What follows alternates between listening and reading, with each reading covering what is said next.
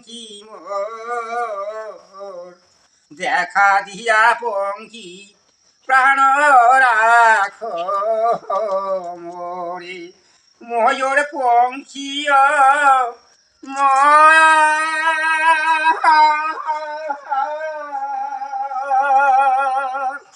দেখা দিয়া পঙ্কি প্রাণ রাখ মোরে দেখা দিয়া পঙ্কি এই না জীবন বাজা মোরে ময়ূর পঙ্কি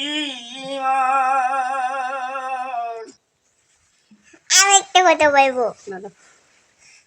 হ্যাপি নিউ ইয়ার শান্তি, হ্যাপি নিউ ইয়ার কিতা নাম কি বাবা? বলো তোমার নাম কি? কিতা তোমার নাম কি? তোমার আশিকি সরকার না, তোমার নাম নীতা সরকার। হ্যাপি নিউ ইয়ার কি নীতা সরকার। থ্যাংক ইউ আমাকে বলো। তুমি বলো। হ্যাপি নিউ ইয়ার আসি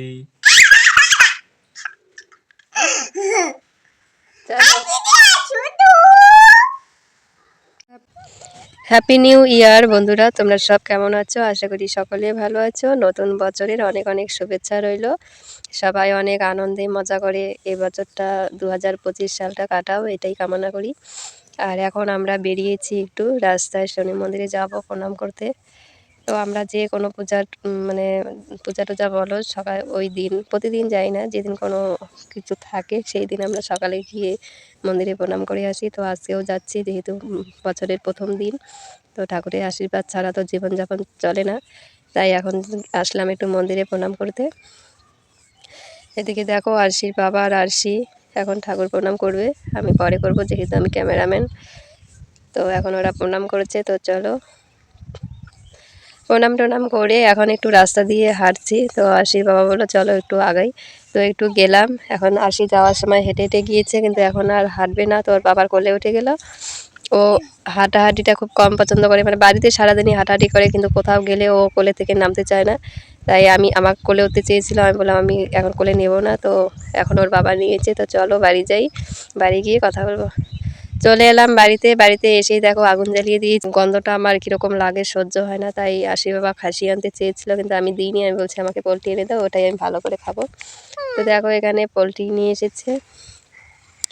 মাংসটা আজকে সেরকম ভালো না, শুধু তেল আর তেল, এত তেলটা এত বেশি ভালো লাগে না। তো এখন এটা ধুয়ে রান্না করব, আবার আলাদা আলাদা রান্না করতে হবে। আরশি ঝাল খেতে পারে না, তো ওর জন্য আলাদা রান্না করব, আমাদের জন্য আলাদা রান্না করব।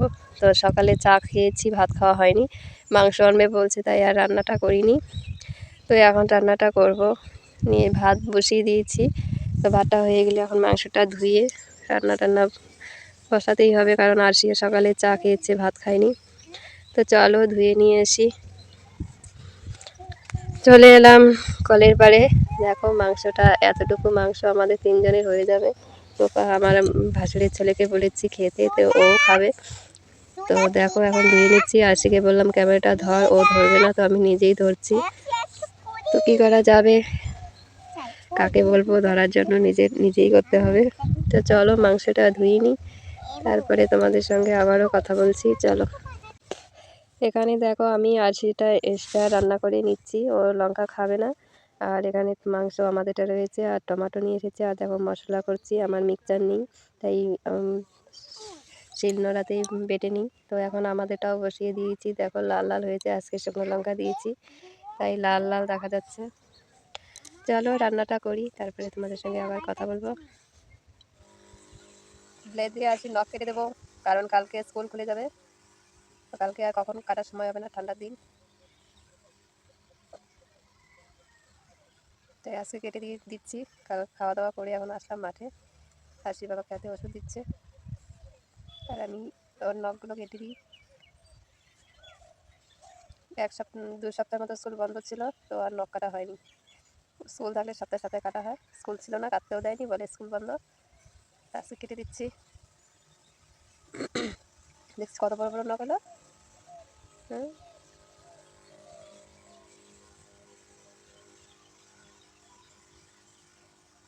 তো দেখো আশির এখনো ঠান্ডা পালায়নি, এখনো জ্যাকেট পরে রয়েছে, মাথায় টুপি পরে রয়েছে। মোজাগুলা জোর করে খুলে দিয়েছি, পায়ে ঠান্ডা ওগুলো লাগছে খুলতে আমার। চায় না। আমার পায়ে ঠান্ডা আজকে লাগছে। চান করাতে হবে, কারণ কালকে স্কুল, এমনিতেই চান কম হোক। মানে এই বেতে দেবো না, এই বেতেরটা দিচ্ছি না তো। অনেকদিন আগে আমার নখ করছিল, পরে আমার হাতে দিয়ে শোবেটা জানো দাদা বল। হ্যাঁ চলো টাটা। এই হাত